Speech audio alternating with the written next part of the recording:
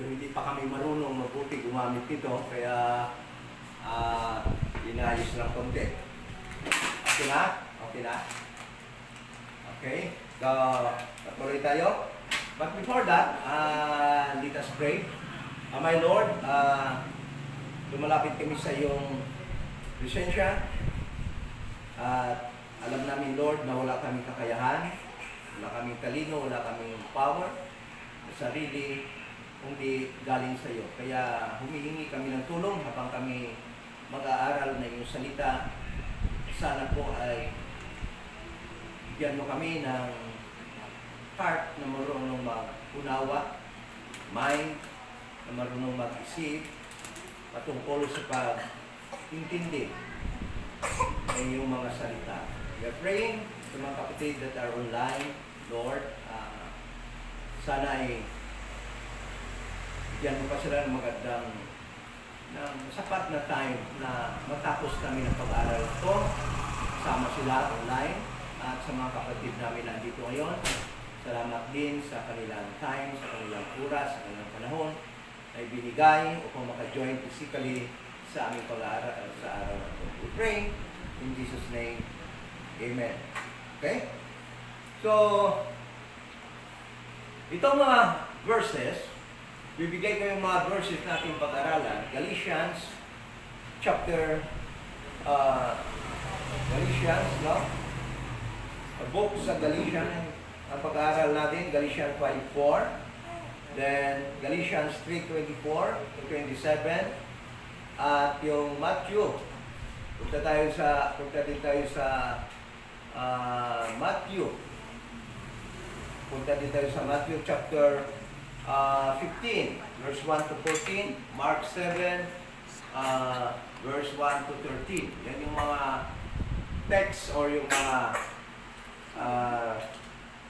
books at chapters at verses natin pag-aralan. Although na pupunta pa rin tayo sa maraming mga verses upang may paliwanag natin mabuti yung kahalagahan ng pag-aaral na to. Dahil may mga verses sa Bible na nagpapakita na yung tradisyon ay malaki ang epekto sa salita ng Panginoon. Okay? At yung believing that a person will be justified by the law, malaki rin ang impact sa salita ng Panginoon. At yung believing na yung baptism by water ay kailangan pa ngayon ay malaki rin ang impact sa salita ng Panginoon, sa Word of God. Kaya dapat natin maintindihan upang ito ay ating maiwasan. Kasi hindi po lahat sa Bible ay applicable sa ngayong panahon sa dispensation of the grace of God. No? Mayroong time, lalo na nung time pass, na may mga instruction na hindi natin kailangan i-apply sa panahon ngayon. At yan ang nangyayari, yan ang mga nag-cause ng confusion, dahil marami sa mga nagtuturo ngayon, lalo na sa mga denominations, ang hindi marunong mag-rightly divide. Okay?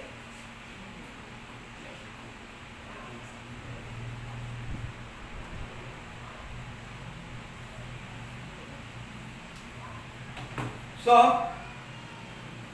ang gagawin natin is that to make sure that these things, hindi natin pwede alisin yan sa Bible dahil andin yan. Hindi natin yan pwedeng kuhain. Hindi natin pwedeng hindi basahin dahil andin yan sa Bible. Mababasa natin yan for our learning at para maiwasan natin yung mga maling doktrina. Ang importante sa Bible is that you have to rightly divide the Bible para maintindihan natin yung mga salita na yun. Okay, first of all, these verses speaks of nagsasalita or nagtatapat sa atin ng ang salita ng Panginoon magiging of none effect. Ibig sabihin, ng non-effect. Like for example, basahin ko dito sa Matthew chapter 15. Matthew chapter 15 verse 13. Matthew chapter 15 verse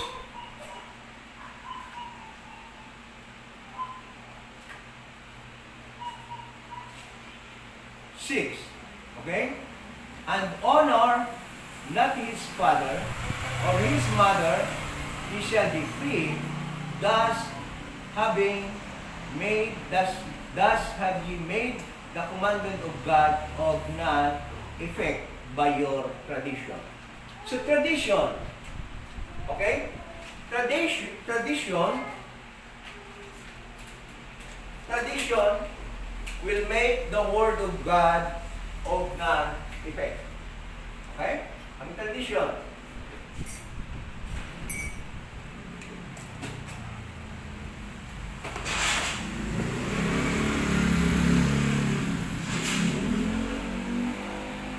Galatians chapter 3 verse 24. Galatians chapter 3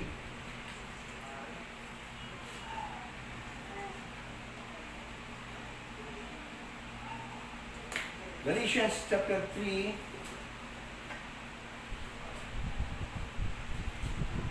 verse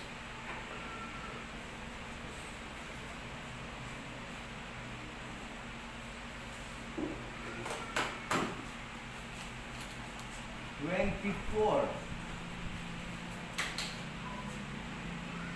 Wherefore the Lord is your schoolmaster. Ano na? 5:4. 5:4. Galatians 5:4. Sabi diyan, for Christ is become of no effect unto you, whosoever of you justified by the law. Okay? So, non-effect. So, justification by the law, will make Christ of non-effect. Okay? Tradition will make Christ of will make the commandments of God of non-effect. Okay? So, water baptism. 1 Corinthians 1:17. It will make the cross of Christ of non-effect.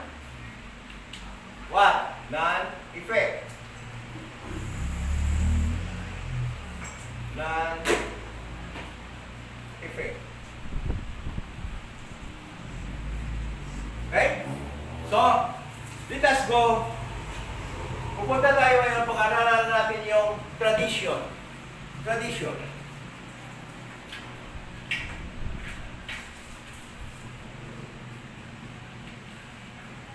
Galatians, what is law? Galatians 3:24. Sabi dito, Galatians 3:24. Wherefore, the law was our schoolmaster to bring us unto Christ, that we might be justified by faith. So the law was given. The very purpose of the law, why it was given, no? To what?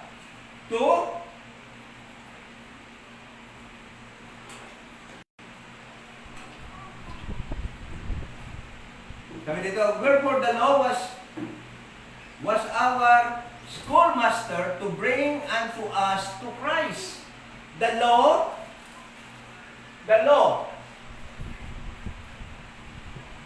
the purpose of the law is to bring us to Christ.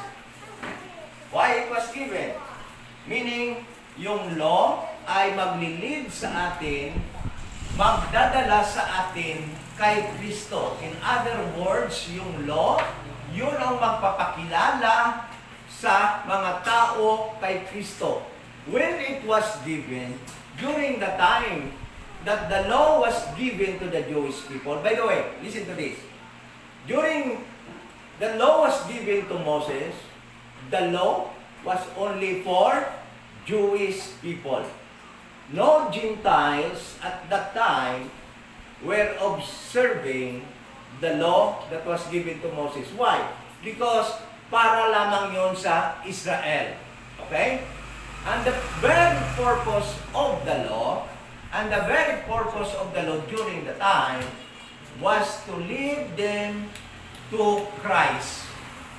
Ano nga yung prophecy? Ano nga yung prophecy? Yung prophecy is that mirong seed ng woman na darating that will defeat what? Si Satan. So the law that was given to Israel, alam natin na yung seed na yan, dadaan sa lahi ni Abraham, dadaan sa lahi ng Israel, dadaan sa lahi ni Judah. Okay? Kaya yung law na yon na magpapakilala kay Jesus Christ ay ibinigay kanino? Sa Israel mismo. Doon mismo sa mga tao na kung saan dadaan si Jesus Christ, yung seed na tatalo kay Satan.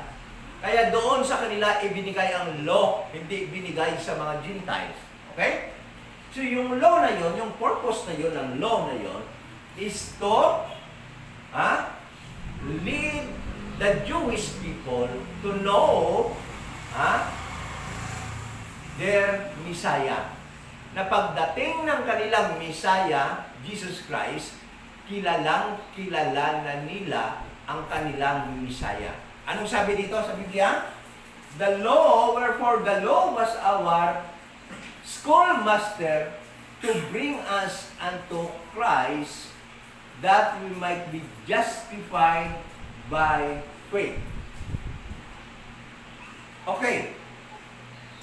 As a schoolmaster, or teacher, na magigiya sa kanila upang dalahin sila kay Kristo, kailangan ng mga professor. Basta school, mayroong mga teacher, di ba? Mayroong magtuturo sa kanila para maintindihan nila at makilala nila si Kristo pagdating na ni Kristo sa kanilang midst, sa gitna nila, pagdating nila sa Israel. Alam nyo, kung naging successful lamang yung mga taong nilagay ng Panginoon doon sa Israel upang magturo sa kanila ng law, upang magturo sa kanila as guide to bring them to Christ, no?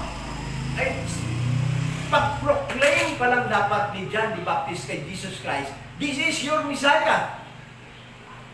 When John the Baptist baptizes Jesus Christ in the river of Jordan, dapat doon palang kilala na nila ang kanilang Messiah kung yung law na magpapakilala sa kay Kristo sa kanila, naturo mabuti sa kanila.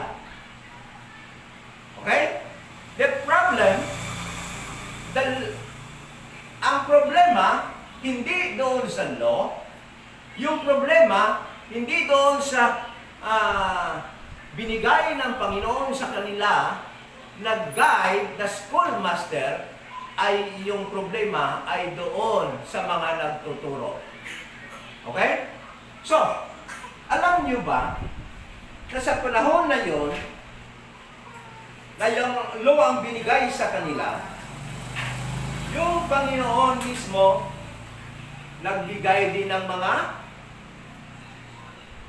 priests, prophets, and pastors to what? To give them knowledge and understanding. Yun yung ginamit. Yan yun ang mga professor, yan yung mga magtuturo, yan yung mga tao na yun, ang mga nagtuturo sa mga Jewish people ng law na ito upang pagdating ng kanilang Misaya, kilalang kilala na nila dapat at ma-welcome nila na magandang pag-welcome. Alam mo, the reason why Jesus Christ was crucified by the Jewish people because they do not know who He was. Hindi nila nakilala kung sino si Jesus Christ. Hindi nila nakilala ang kanilang Messiah King na magliligtas sa kanila at magbibigay sa kanila ng ano? Alam niyo ba ang bibigay? Kingdom, heavenly kingdom. Na kung saan sana magro-rule si Jesus Christ over them as king and kings of this world. Yun ang nangyari. Why? Bakit? Ano bang nangyari sa mga binigay niya mga priests, mga prophets, at mga, alam nyo, kung titingnan nyo, yung mga political leaders, the kings, no, that reign over Israel, hindi mo masyado masisisi dito kung bakit hindi nila alam si Jesus Christ ng pagdating. Bakit? Ha? Yung totoo niyan, yung mga kings, no, nag-reign over them, ay busy sila with regard to political function, political affair ng kanilang bansa na Israel. Who were to be blamed? Sino ba yung dapat i-blame? Bakit pagdating ni Jesus Christ, these people, these chosen people of God, to whom He revealed Himself, hindi nakakilala sa Kanya? The people, the in charge, the professors, the people that were given by God to teach the Jewish people about Christ. Ano are they? Sino sila? The priests, the pastors, and the prophets that God gave them to teach them about their coming Messiah. Okay? Why? What happened actually? What happened? Bakit hindi kilala ng kanyang mga tao, si Jesus Christ? The Bible says, He came unto His own. John chapter 1. Ha? John chapter 1 verse 11. Yata.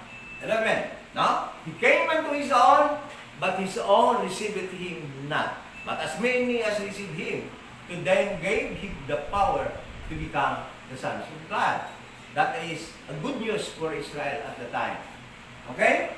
So bakit hindi si Jesus Christ kilala ng mga taong ito nung dumating si Jesus Christ sa gitna nila?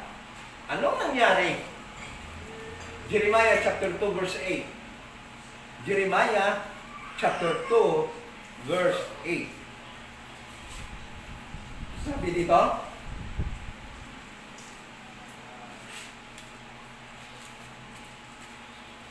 unahin natin yung Jeremiah chapter 3 verse 15.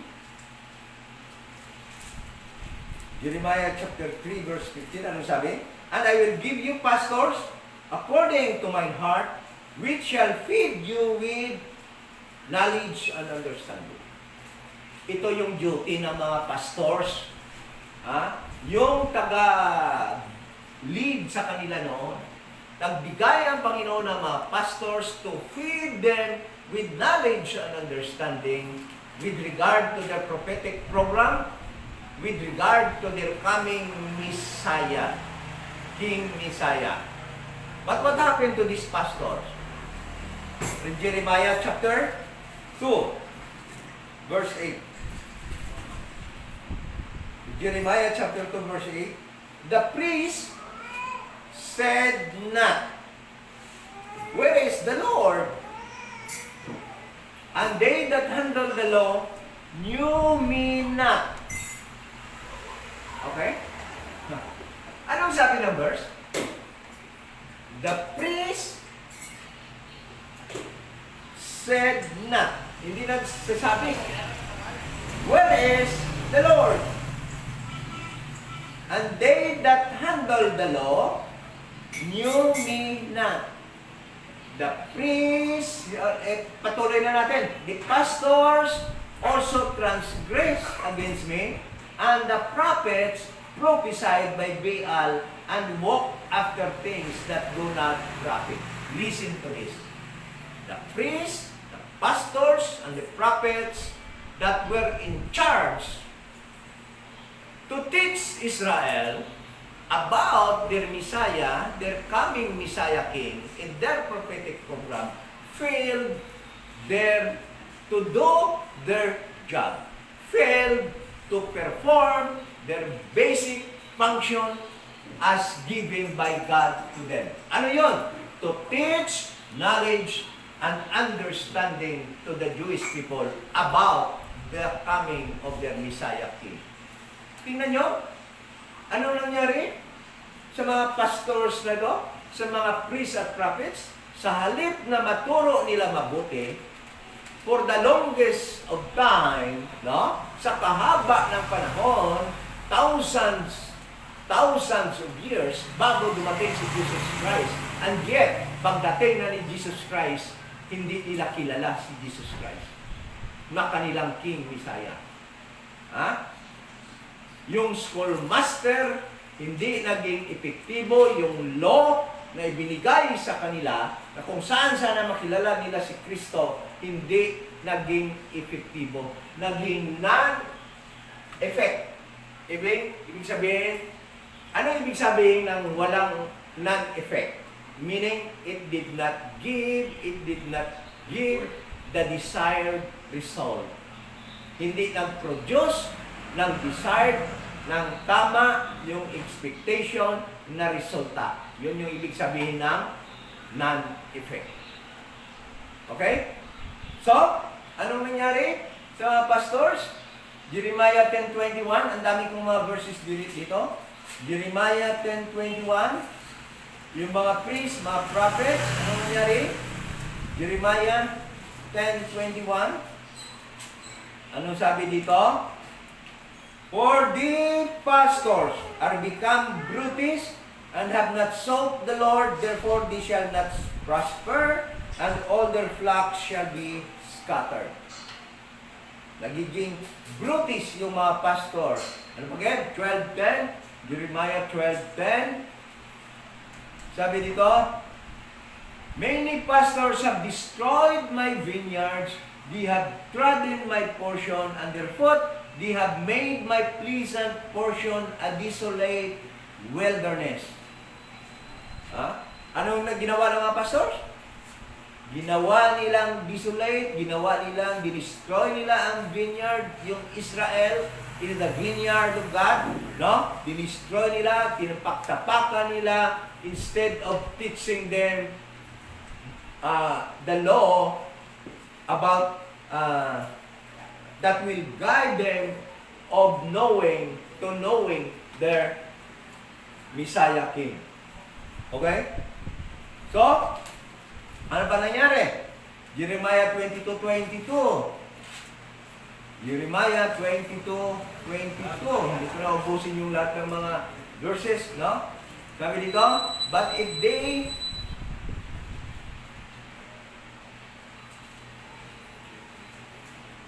Jeremiah 22, sabi dito, the wind shall eat up all thy pastors, and thy lovers shall go into captivity. Surely then shalt thou be ashamed and confounded for all thy what? Wickedness. So, ano ba talaga nangyari? They failed to teach Israel about the law that will lead them to knowing their Messiah King, Jesus Christ, by the time Jesus Christ will arrive in their midst. Okay? Hindi ko na babain ito. Ang dami pa talaga mga verses kung anong mga nangyari sa mga propeta, mga priests, no? Mga priests at sa mga prophets that were in charge na ginawa ng Diyos na magiging professor para magturo sa mga Hudyo about sa ila coming na Messiah. I will mention the verses. Jeremiah 32:32, Lamentation 2:9, Lamentation 14:14, verse 14, 2:9, verse 9, verse 14, Lamentation 4:13, Ezekiel 13, verse 2, 3 and 4, Ezekiel 22:25. Makikita natin dyan kung ano ang nangyari sa mga pastors nito. Bakit? Alam nyo, it was an accumulation of evil, wrong teachings of the pastors, the priests, and the prophets that lead the Jewish people of not knowing their King, Messiah. It was accumulated for the longest of time na mali ang turo nila. Kaya nga makita mo, sa time ng Judges, ano nangyayari? Ang dami nilang captivity. Ilan sila? Ang daming judges na binigay ng Panginoon para lang mabalik sila, di ba? Because of those leaders na mali ang mga tinuturo sa Israel. Okay? So, the worst thing, bago dumating si Jesus Christ, the Jewish religious system was what? Was occupied by the sect called Pharisee. Alam niyo ba yun? Na almost nung after sang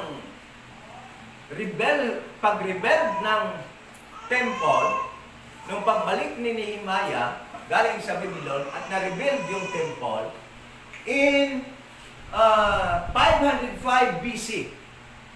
505 BC, and it lasted until 70 AD. Alam niyo ba yun na may control ng Jewish temple was the Pharisees? And actually, they were not prophets. We can never read from the Bible that these people were given by God the authority to what? To lead the religious function, Judaism, in Israel. But at the time, sila yung may hawak ng temple worship sa Jerusalem. 515 years before Christ. Andyan na yung mga Pharisee, controlling ng worship ng temple. And what they did. Ano ba yung ginawa ng mga Phariseo?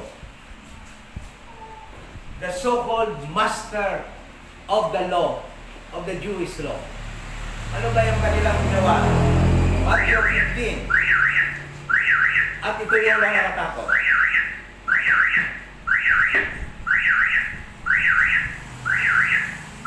Matthew 15.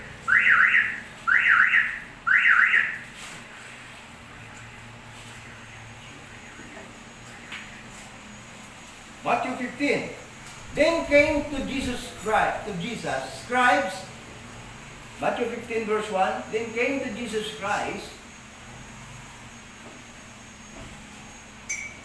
scribes and Pharisees, which were of Jerusalem. The scribes composed of newsmen, scribes. Yan yung mga newsmen noong araw. Sila yung mga scribe meaning writer, scribbler. Yan yung ibig sabihin ng scribe. So, together with these Pharisees, alam nyo, kung saan panahon noon, sikat na sikat yung mga Pharisee, kasama nila yung mga newsmen para magsulat ng news about sa kanila. Kasi mga scribes means newsmen. Mga scribes, nagsusulat ng mga balita, ng mga news. They were the scribblers. Okay? So, which were of Jerusalem, saying, Why do thy disciples transgress the tradition of the elders? For they was not their hands when they eat bread.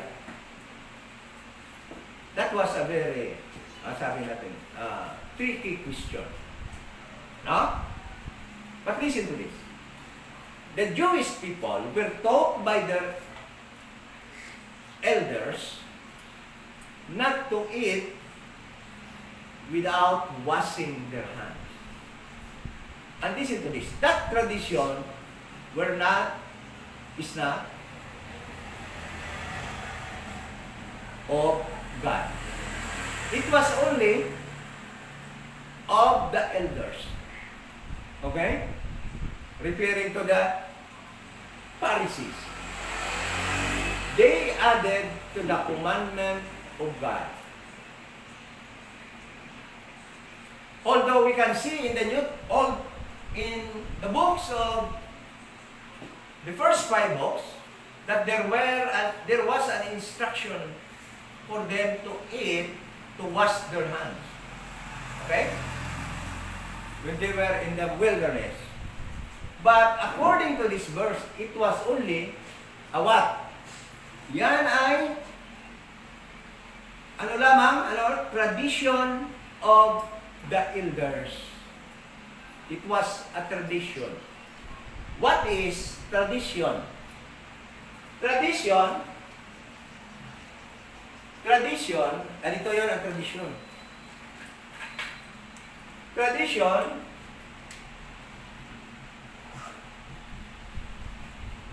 is, salita ko na lang.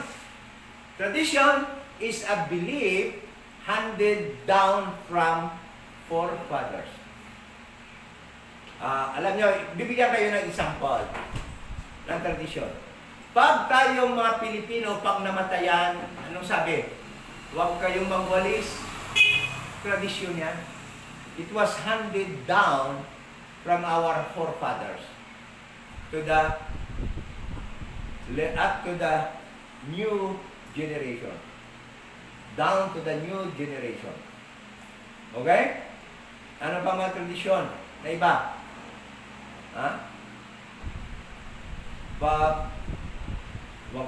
Nakalimutan ko na kasi hindi na ako ng mga tradisyon. No? Hindi mo utang na nagkakabot. Ha? Hindi mo utang na nagkakabot. Hindi mag-ubok, ha? Utang. Hindi mag-utan? Ano nang kabot? Atod ka? Hindi mag-utang sa ula kaya kabalukan na? Hindi mag-utang sa mga nagkakambot?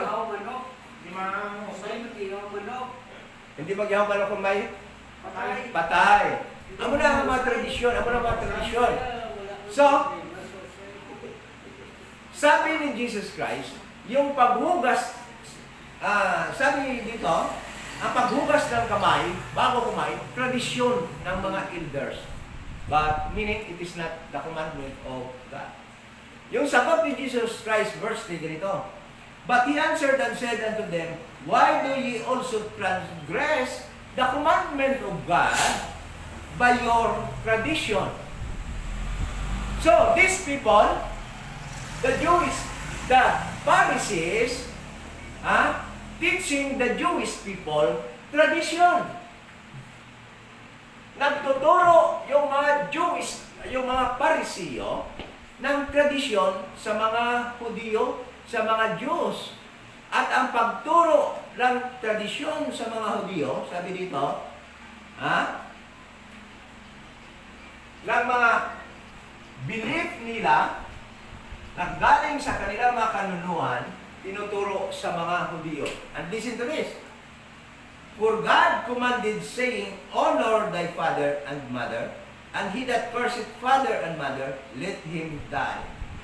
Ginawang example ni Jesus Christ yung 10 Commandments. Ano yon?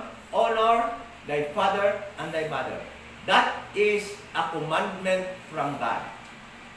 Yan yung commandment ng Diyos na binabaliwala ng mga Hudyo dahil sa kanilang tradisyon. Anong tradisyon yon? Tingnan mo. But ye say, whosoever shall say to his father and his mother, it is a gift, by whatsoever thou mightest be profited by me, and honor not his father or his mother, he shall be free. Tingnan nyo lang. Yung tradisyon ng yung commandment ng Diyos, na dapat patayin yung bata, yung anak na nag-curse ng kanyang magulang, ng kanyang mga mother or kanyang tatay. Anong sabi ng mga Parisiyo? Pag nagsalita yan sa kanyang mama, papa, gift lang yan at kailangan i-free lang. Tingnan mo yun. Ginawa nila, kaya sabi ng Panginoon, making the commandment of God of what? Of non-effect. So, tradisyon, what is tradition? Tradition will make the commandment of God. Commandment. What is commandment? The law of God. The commandment of God. Hindi naman ito non-effect ng mga instruction, Romans 2, Philemon.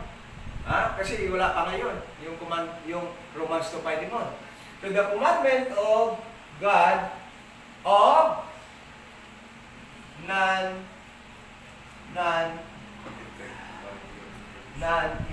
Ibig sabihin, yung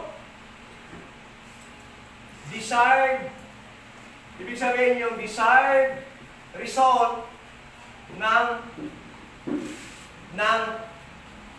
commandment ng Panginoon hindi mabibigay. Tingnan mo, anong sabi ng Panginoon? Pag yung anak nagmura sa kanyang magulang, lumaban sa kanyang magulang, dapat batuhin at patayin. Ano sabi nila? Let him free. I-free lang natin yon.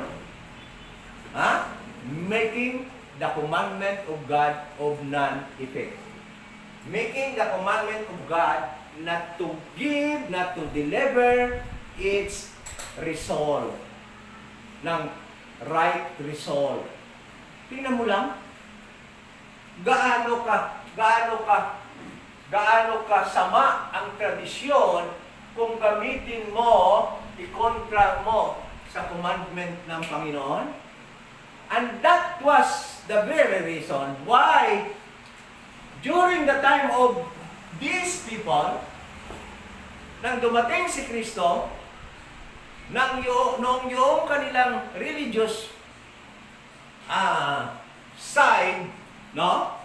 Na dapat magtuturo para makilala si Kristo, magtuturo ng tamang law na schoolmaster na magigiya sa kanila para makilala nila si Kristo ay tinuruan ng tradisyon. Hinaluan ng tradisyon.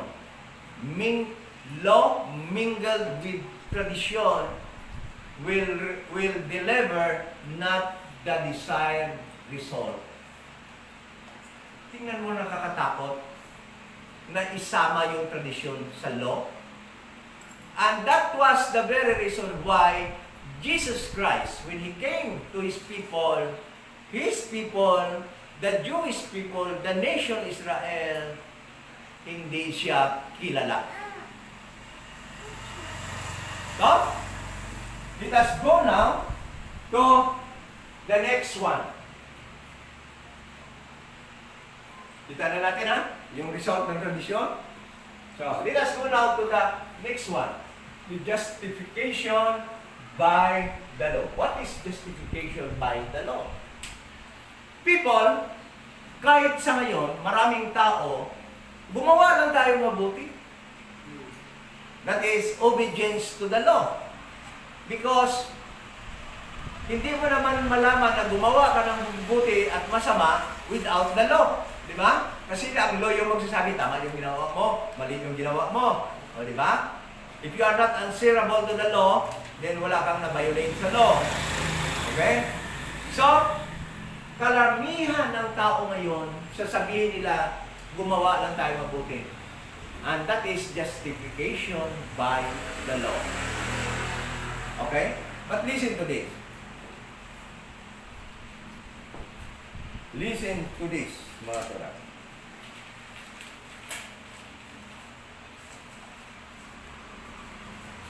Galatians 5:4.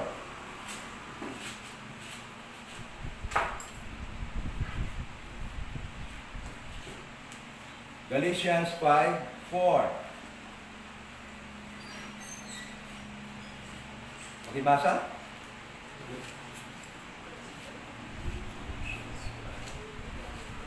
Okay. Christ is become of no effect unto you. Whosoever of you are justified by the law, ye are fallen from grace. Oh, sabi mo? Kita mo? Ano sabi? If you are justified Christ. by the law. Christ is of no effect.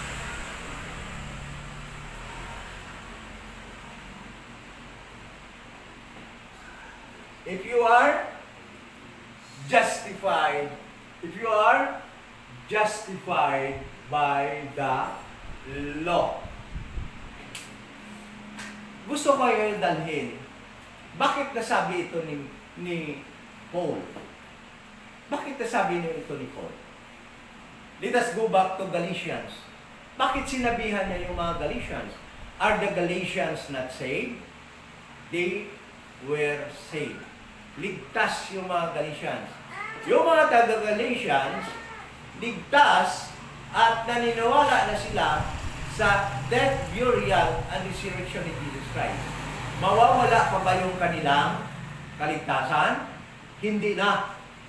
Ang mga sinasabi nito ay magiging aral para sa kanila, para sa atin ngayon, na hindi tayo dapat mag-rely ng salvation natin by obeying the law. Why? Sabi ni Jesus Christ, sabi dito ni Paul, sabi niya dito, because Christ will become of no effect, Christ is become of no effect unto you, whosoever justified by the law, ye are fallen from grace. So nasabi ko na, hindi mawala ang salvation ng mga taga-Galatians. But this instruction, these were written for our example. These are written so that it can be applied to us in this dispensation of the grace of God. Bakit nasabi yan ni Paul? Tingnan mo. Verse 1. Balik tayo sa chapter 1. Sabi ni Paul, verse 6, I marvel that ye are so soon removed from him that called you unto the grace of Christ unto other gospel. Yung mga taga-Galatians, after naniwala sila sa death, burial, and resurrection of Jesus Christ, sa napakadaling panahon, sabi ni Paul, you are soon removed. Na-remove sila, bumalik sila, or umanis sila sa paniniwala na yung kaligtasan ay sa pag-believe lamang ng gospel na tinuturo ni Apostle Paul. Death, burial, and resurrection of Jesus Christ. Okay? Which is not another, but there be some that trouble you and would pervert the gospel of Christ. Sa Galatians, mayroong ibang tao na dumating na nagtuturo sa kanila na mag-obey ng law. Ganito yung tinuturo nila eh. Okay lang yung naligtas na kayo sa gospel of the grace of God. Okay lang yung naniwala na kayo sa gospel na tinuturo ni Paul. Pero kailangan yung sumunod sa law. Kailangan yung magpa-circumcise. Hindi naman masama yun. Kailangan yung magpunta sa Jerusalem upang mag-attend ng Jewish feast. Okay? Tinuturuan nila yung mga Gentiles, believers sa Galatians, no? To perform the Jewish law requirements for the Jewish people. Ano ba yung mga requirements? Maatin ng feast, pupunta doon kung may feast sa Jerusalem, magbigay ng kanilang mga kung ano-anong dapat na ginagawa ng mga Hudyo in obeying their law. Okay? So, kaya tingnan mo, ha? Sabi ni Paul, nung nagkamali si Peter, pinagalitan niya si Peter. Tingnan mo sa chapter 2, verse 11. But when Peter was come to Antioch, I withstood him to the face, because he was to be blamed. Peter, parang sabihin na natin, ha? Para tayo magtataka, ha? Si Peter pinagalitan ni Paul? Yes! Ha? Sabi ni Paul sa verse 11, chapter 2 ng Galatians, but when Peter was come to Antioch, I withstood him to the face because he was to be blamed. Si Peter daw dapat nabasulon. Nasisihin. Bakit? For before that certain came from James, he did it with the Gentiles, but when they were come, sabi niya, withdraw and spirited himself, fearing them which were of the circumcision. Sabi ni Paul, kasi mali yung ginawa niya.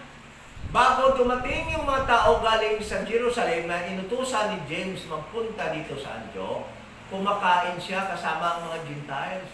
Bakit malaking isyu yon na si Peter kumain kasama ng mga Gentiles? Kasi nga yung mga Hudyo, bawal kumain, bawal makihalubilo, lalo na sa pagkain sa mga Gentiles. Bakit? Kasi nga, during the time, sa time nila na yon, marumi ang mga Gentiles. Okay? They are not the people of God during the time. So, sabi niya, verse 13, and the other Jews dissembled likewise with him, insomuch that Barnabas also was carried away their dissimulation. Okay? So, takbo tayo sa chapter 3, verse 1. O foolish Galatians, who hath bewitched you? At teka. Palagay niyo ba pag sabi ni Paul, foolish Galatians, nice pa yun? Sweet yun? Foolish. Tinawag niya yung mga Galatians, foolish. Anong ibig sabihin nun sa Tagalog? O yung mga baliw na mga Galatians. Sa Ilonggo ba, o yung mga buang-buang ang mga taga-Galicia. Sino nag-aswang sa inyo? Sino yung naglumay sa inyo? Sino yung nagbarang sa inyo kung sa Ilonggo pa? Sino yung nag-wak-wak sa inyo kung sa Cebuano pa? Ha? Bakit ang bilis? Sabi niya dito, that you should not obey the truth. Listen to this. Performing any requirements from the law, including water baptism, including tithing, including first fruit offering, including any commandments that was given to the Jewish people, is tantamount to what? Witchcraft. Witchcraft. Ano sabi dito ni Paul? Ha? Who hath bewitched you? Sino yung nag-aswang sa inyo? That you should obey not the truth, before whose eyes Jesus Christ had been evidently crucified among you. Listen to this.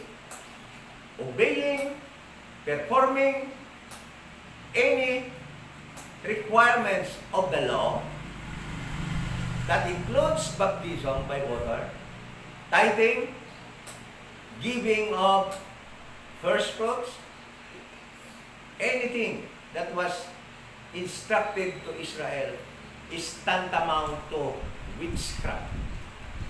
Witchcraft. Inaswang. So, these people, the truth is this, bakit sinabi ni Paul doon sa Galatians chapter 5 verse 4, Galatians chapter 5 verse 4, Christ is become of no effect unto you, whosoever of you are justified by the law are fallen from grace. Bakit? Dahil yung mga taga-Galatians, tinuruan ng mga dumating galing sa Jerusalem na kasama ni Peter, na mga kingdom saints galing sa Jerusalem na mag-follow ng law of Moses that was given only to the Jewish people. Kaya matuto kayo dapat. Sa ngayon, in this dispensation of the grace of God, those who are saved by the gospel of the grace of God, that Jesus Christ died for your sins, He was buried and rose again the third day, has no obligation to perform any instruction to the Jewish people in time past for their obedience. That includes water baptism, tithing, first fruit. Ano pa? Temple service in Jerusalem. Hindi na kailangan yung lahat. Bakit? Because we have a separate instruction from the Lord Jesus Christ for our obedience. And that instructions are written in Romans 2:5. The books that was penned by Apostle Paul, the apostle to us Gentiles. Alam niyo ba yon? Why? Bakit sinabi ito ni Paul? Bakit niya pinangaralan yung mga Galatians believer? Because umpisa na sila nag-i-embrace ng mga ginagawang pagtuturo sa kanila ng mga Jerusalem visitors. Yung mga nagbisita sa kanila na taga Jerusalem. At alam nyo, ginawa nila yon abang wala doon si Paul.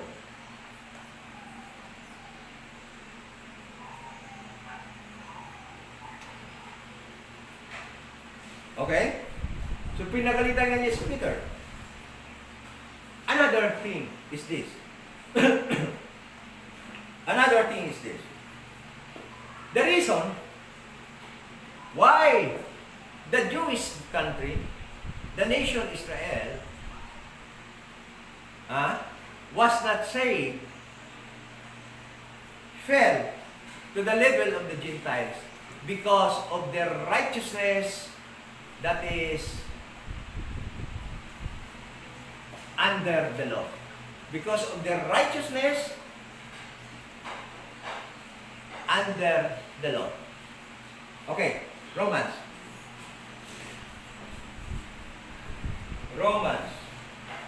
chapter 9, chapter 10.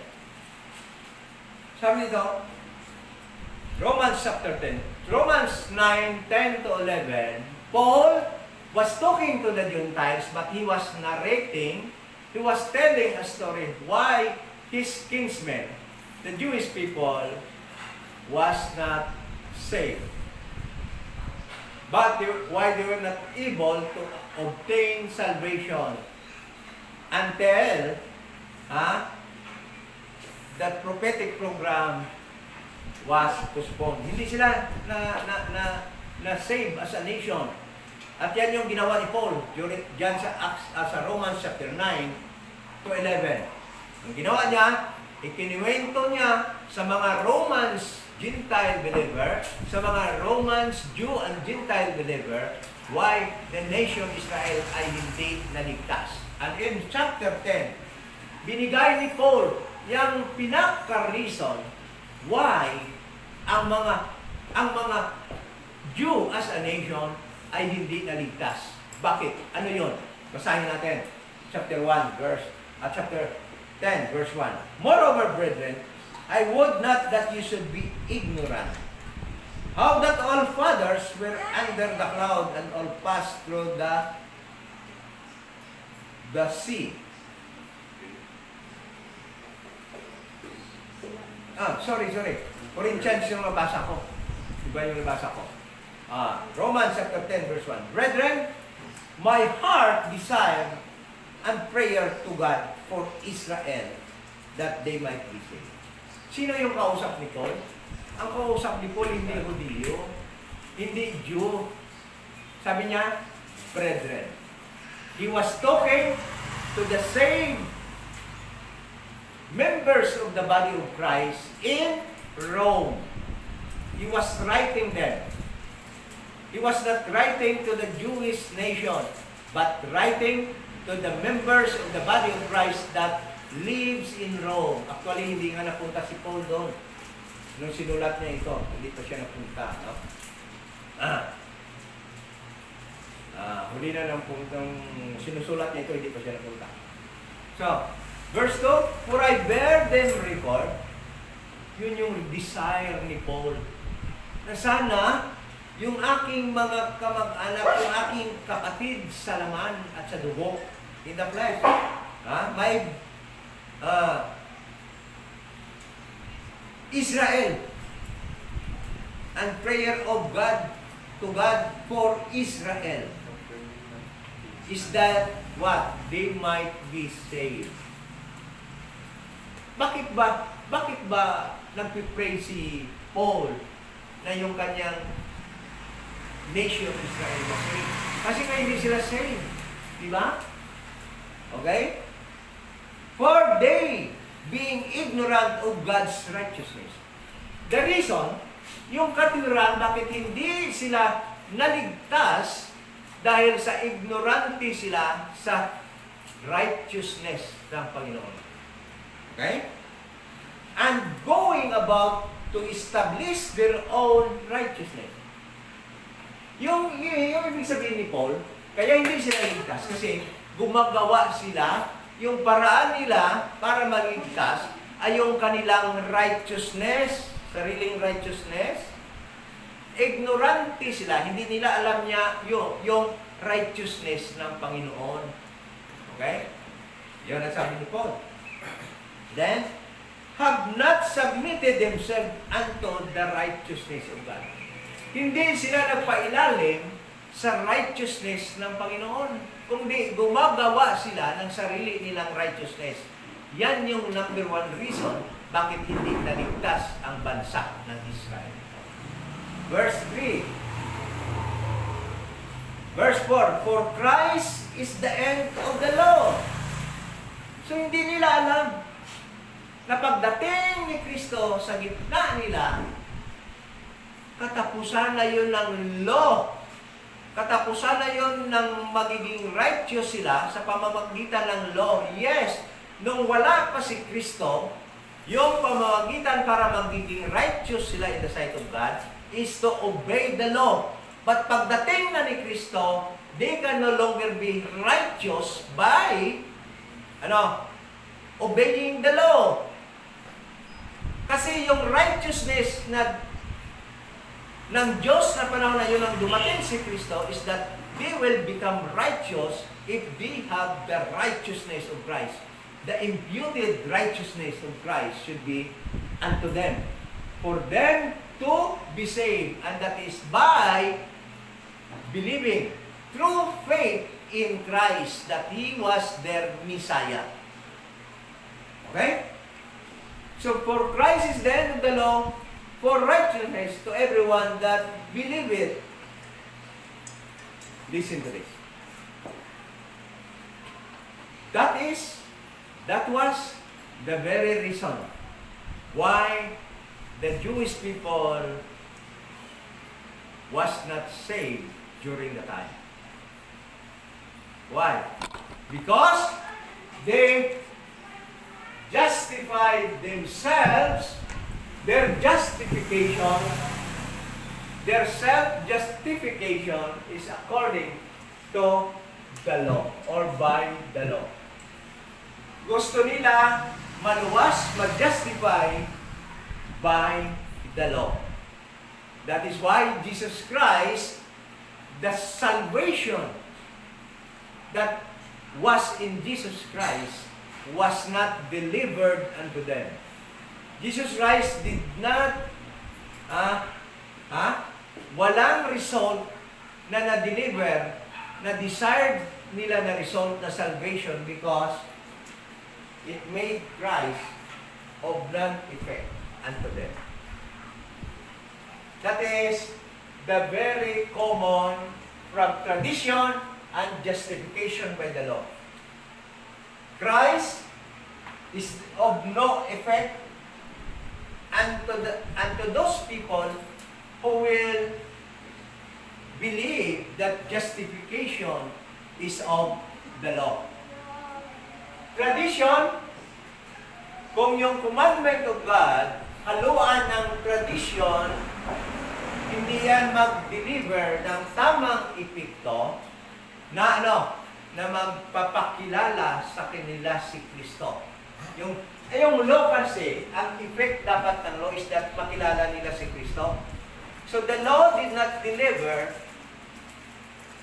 the desired result because they mingled it with what? With tradition. The salvation, Christ's righteousness, did not what?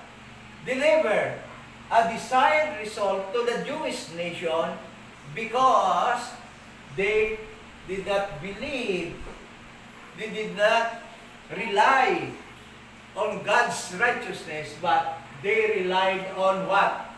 Justification of the law. So, Christ, walang epekto. Ang righteousness ni Christ na dapat magiging sa kanila for them to be saved ay hindi nila na angkin. Okay? So let us go now. Paliwanag na?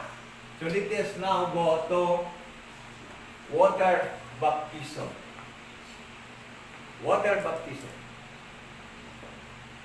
The Bible says, in this dispensation of grace, alam na natin, thank you, that we were able to learn rightly dividing the word of God.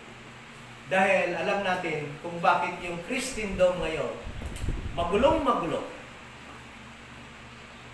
Panay yung punta sa dagat para mag-dunk ng tao sa tubig.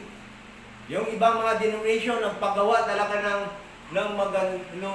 yung bathtub sa kanilang likod ng simbahan para yung mag-accept kay Jesus Christ ay idadunk na lang kaagad doon sa likod ng simbahan. Ang tawag doon, baptistry. Baptistry. Ha? Doon sa kanilang simbahan. Para doon na agad ilulublob yung tao na tumanggap daw ng kay Jesus Christ. Nag-open ng heart at nagtanggap kay Jesus Christ. Okay? Ano pa? Yung iba naman nagpa-practice ng sprinkling. And all of those things, all of that confuse you. Kasi ganito yun eh. Sino ba talagang tama? Sprinkling? Ilublob? Nakaupo? Nakatihaya? O nakatakilid? Kasi kung sundin mo yan, dapat may tama. Alam nyo ba talaga kung paano si John the Baptist mag-baptize? Meron ba kayong nakita? Kung paano siya nag-baptize? Nakadapa ba yun? Nakahiga? Nakatakilid? O nakaupo? Wala. Ha? Sa picture kaya. Bakit? May picture ba si John the Baptist? Ha? Pictures, himo-himo. Oh, that is human teaching. Kaya, sa Bible, kung marunong ka mag-rightly divide, alam natin na we are in the dispensation of the grace of God. We are in the dispensation of the grace of God. The book of Acts is not our teaching to obey. There is no doctrinal teaching in the book of Acts that the body of Christ, members of the body of Christ, should perform. Because the book of Acts is a transitional book. The transition from Peter to Paul happened in the book of Acts. The transition from Israel to the body of Christ happened in the book of Acts. The transition that God made from prophecy to mystery happened in the book of Acts.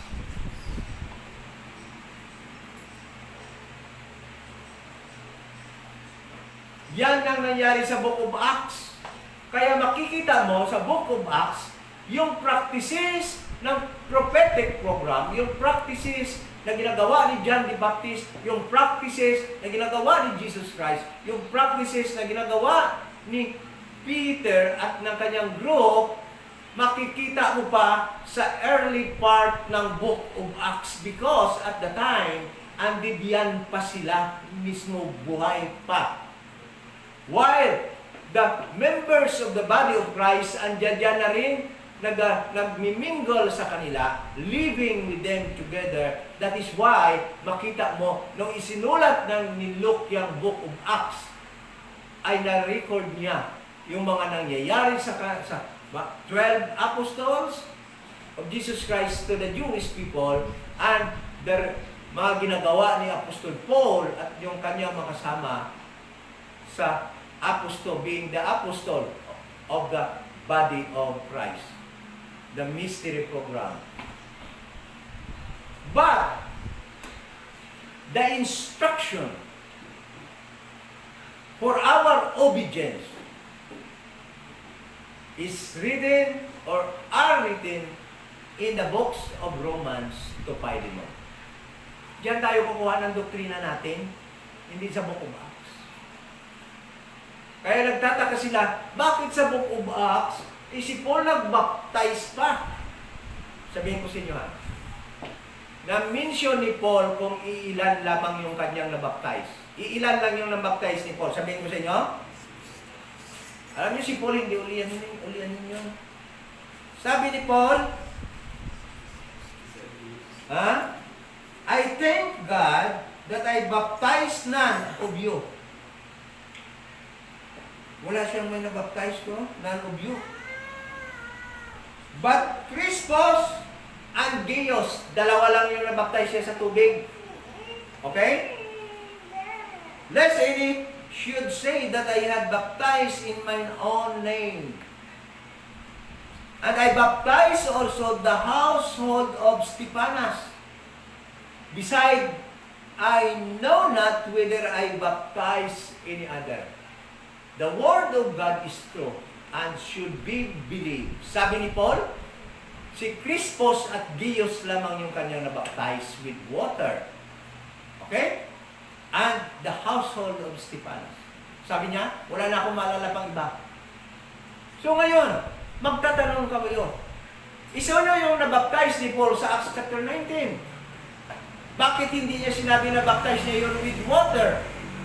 Because that baptism in Acts 19, it was not water actually. Let us go to Acts chapter 19. Bakit ko sinabi yun na hindi yun water? Kasi kung nabaptize yun ni Paul ng water, sinabi niya dito yun? Ha? Sinabi niya yun? Amen. Ganito yun. Kasi, pag yun ay nabaptize ni Paul ng tubig, yung mga tao sa Acts chapter 19 na kanyang nakasalubong, na kanyang na-met, na nabaptize ng baptism of repentance ni John, hindi sana sinabi niya dito, dahil hindi niya sinabi dito, ibig sabihin, hindi yun water baptism ang pinirform ni Paul doon. Or else, kung water baptism yun, mali na yung Bible. Diba? Simple as that. Ganun magintindi tayo sa Bible. So, Acts 19, sino yun? Acts 19. Sabi niya dito, and it came to pass that while Apollos was at Corinth,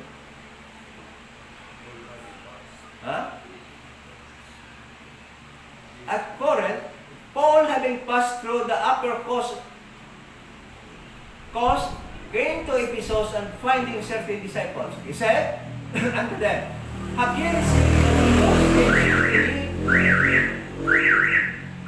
And they said unto him, we have not so much as heard whether there be any Holy Ghost.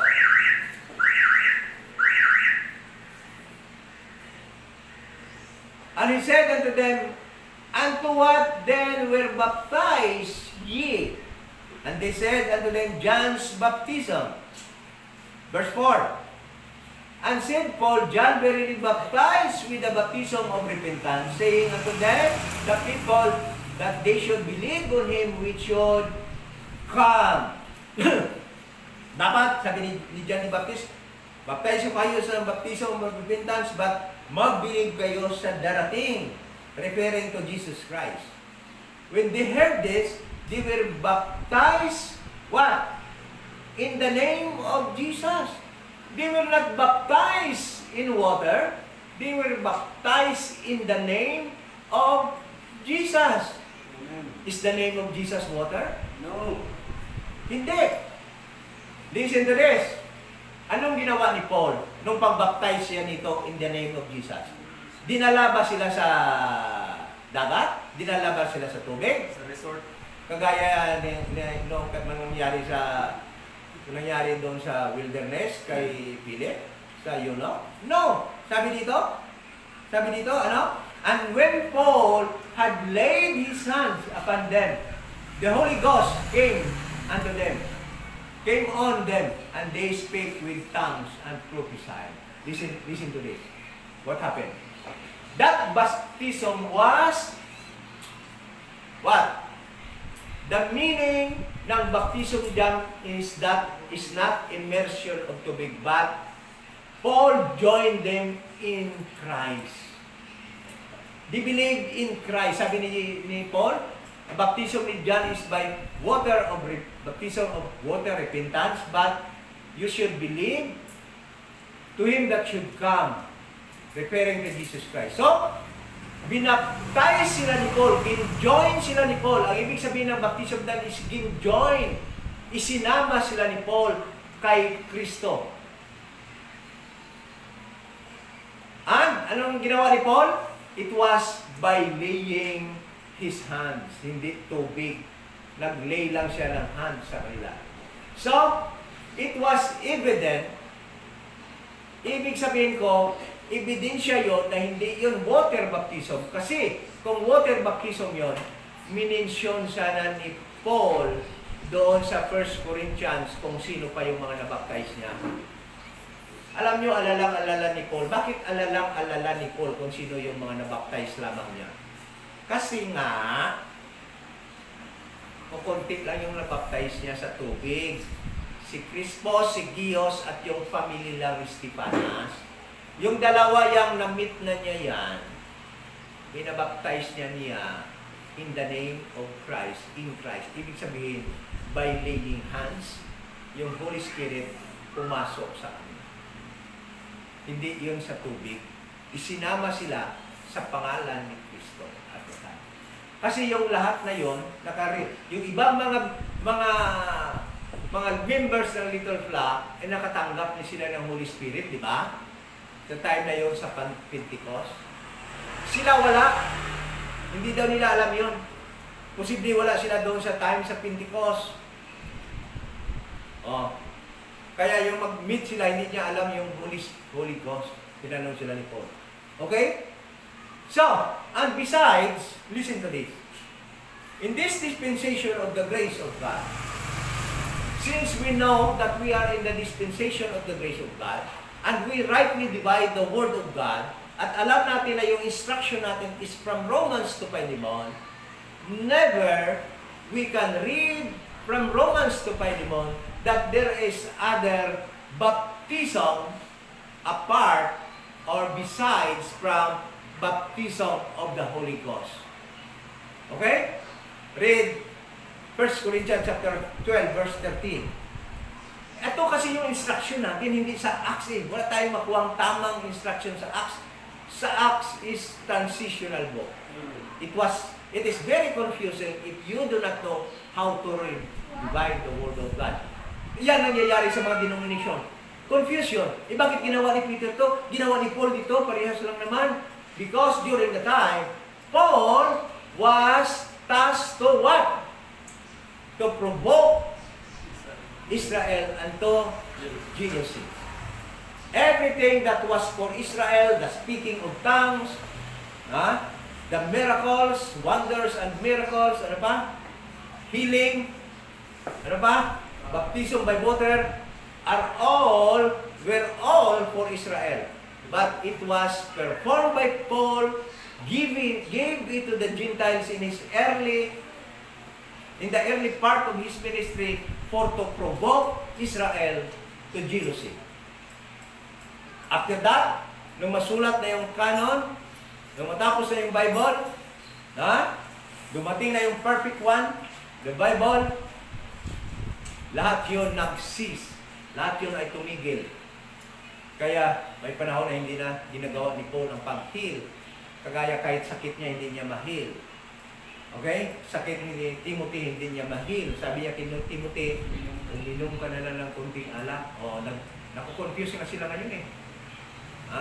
Yung iba nga, hindi ka lang ba uminom ng alak? Sabi naman ng iba, sabi naman ng mga lasinggo na kunti lang daw. Yung kunti, ubos yung isang Yung kunti, ubos yung isang ang botilya. Isang case. Okay? So, yung instruction sa atin yan, ganito. 1 Corinthians, Ephesians, chapter 4, verse 5. Sabi dito, mayroon lamang isang baptism. Sabi dito, mayroon lamang isang baptism. Ephesians chapter 4, verse 5. Sabi dito, one Lord, one faith, one baptism. Ganito. Anong baptism yun? Tubig ba yun o by the Spirit? By the Spirit. This instruction of God should not be altered, should not be added, should not be what? Taken or reduced.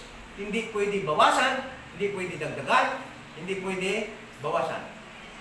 Kung ano yung nasabi dyan, yan yung dapat. Walang taong binigyan ng authority ng Panginoon na dagdagan yung baptism na yan. There is only one baptism. Ang masama sa mga baptist, dadagdagan nila. Ano yung dadagdag nila? Water baptism? Sino ka? Ano ka? Anong authority mo? Saan mo kinuha yan? Ito, prangkang sabi. Pag sabihin mo may authority ka, saan mo kinuha yan? Sigurado hindi sa Diyos yan kasi sabi ng Diyos, there is only one baptism today. Halata na natin kung saan galing yun. Galing kay Satan yung authority mo na gumawa pa ng ibang baptism. Kaya ingat kayo ha. Pag yung nababaptize ng tubig, sigurado kay Satan turo yan sa kanila. Hindi yan sa Bible. Kasi sa Bible, there is only one faith, one Lord, one baptism. Anong baptism yan? 1 Corinthians what? 15, 12, verse 13. Sabi dito, 1 Corinthians 12, verse 13. Sabi dito, for by one Spirit are we all, meron bang, are we all referring to all members of the body of Christ? Are we all baptized into one body, whether we be Jews or Gentiles, whether we be bond or free, and have been all made to drink into one Spirit? That is the only one baptism in this dispensation of the grace of God.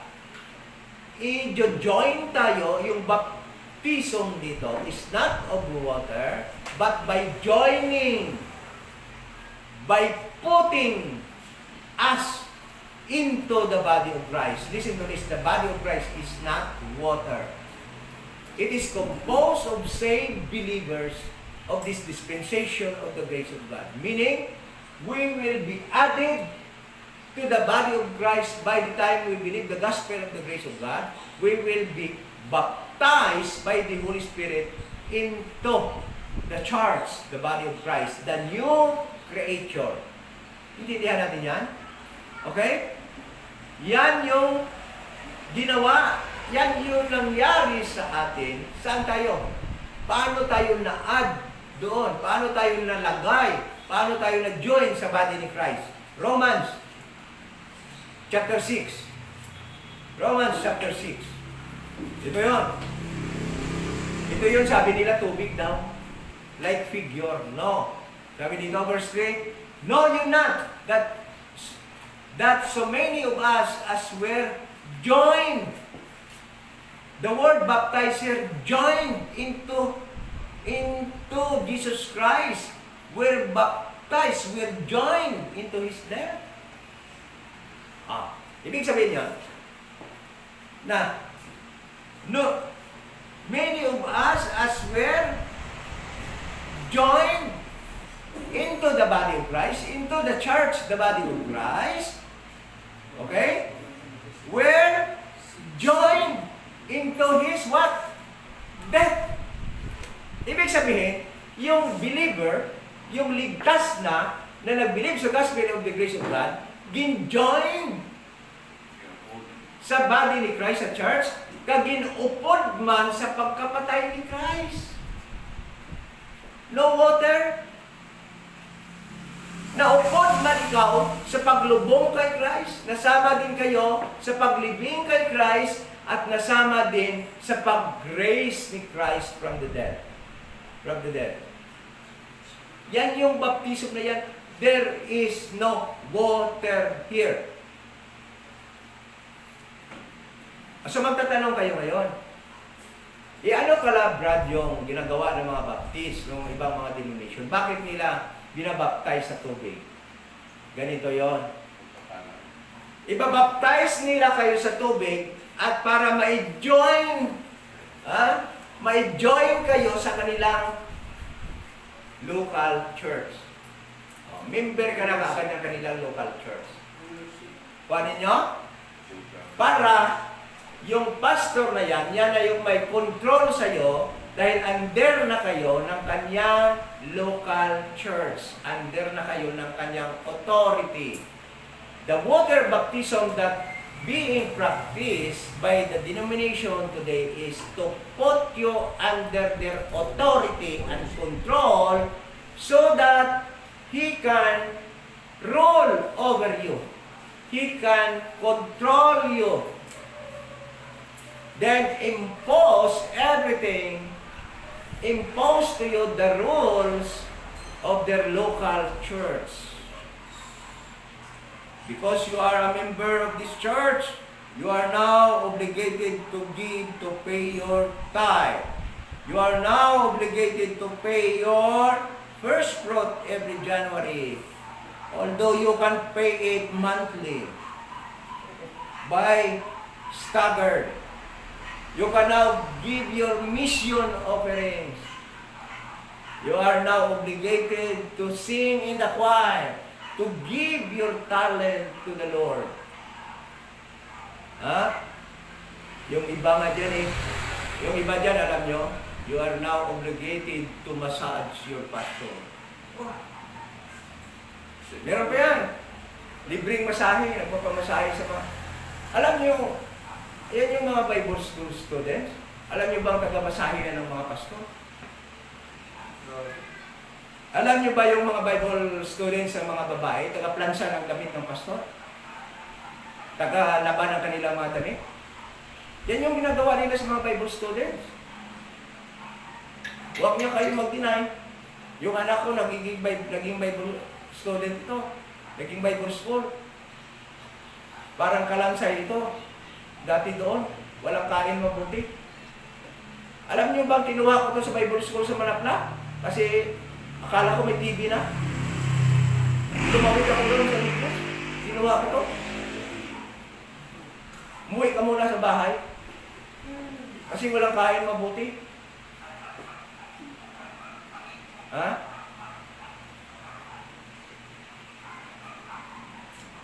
Ginawa mga sermons. Practice. Para PMA. Practice. Okay? Yan yung reason why they are practicing water baptism today. So that they can impose in the guise of your being a member. And a member should obey their leader. Okay? Yun nangyayari sa Christendom ngayon. Because that is the price you pay for not studying your Bible, rightly divided. Mahaba-haba din ako dyan, 30 years. Bilang baptist. Okay? So, 1 Corinthians chapter 1, verse 17. 1 Corinthians chapter 1, verse 17, sabi ni Paul, after mentioning kung sino lamang yung kanyang nabaptize, sabi niya, verse 17, for Christ sent me not, what? To baptize. Sent me not to baptize, but to preach the gospel. Sabi niya pa, not with wisdom of words.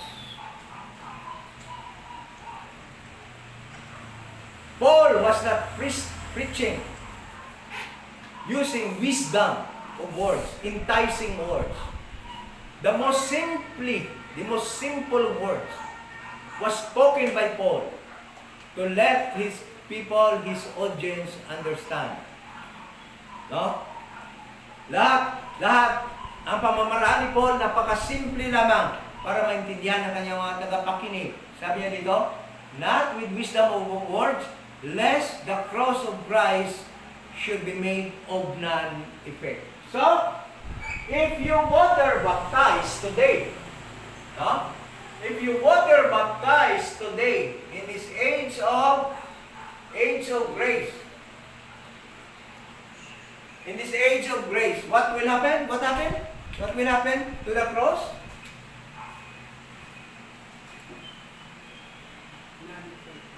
Non-effect. Non-effect. Walang epekto. Ibig sabihin, the cross of Christ will not yield its result. Will not yield salvation. The cross of Christ will not yield salvation. Okay?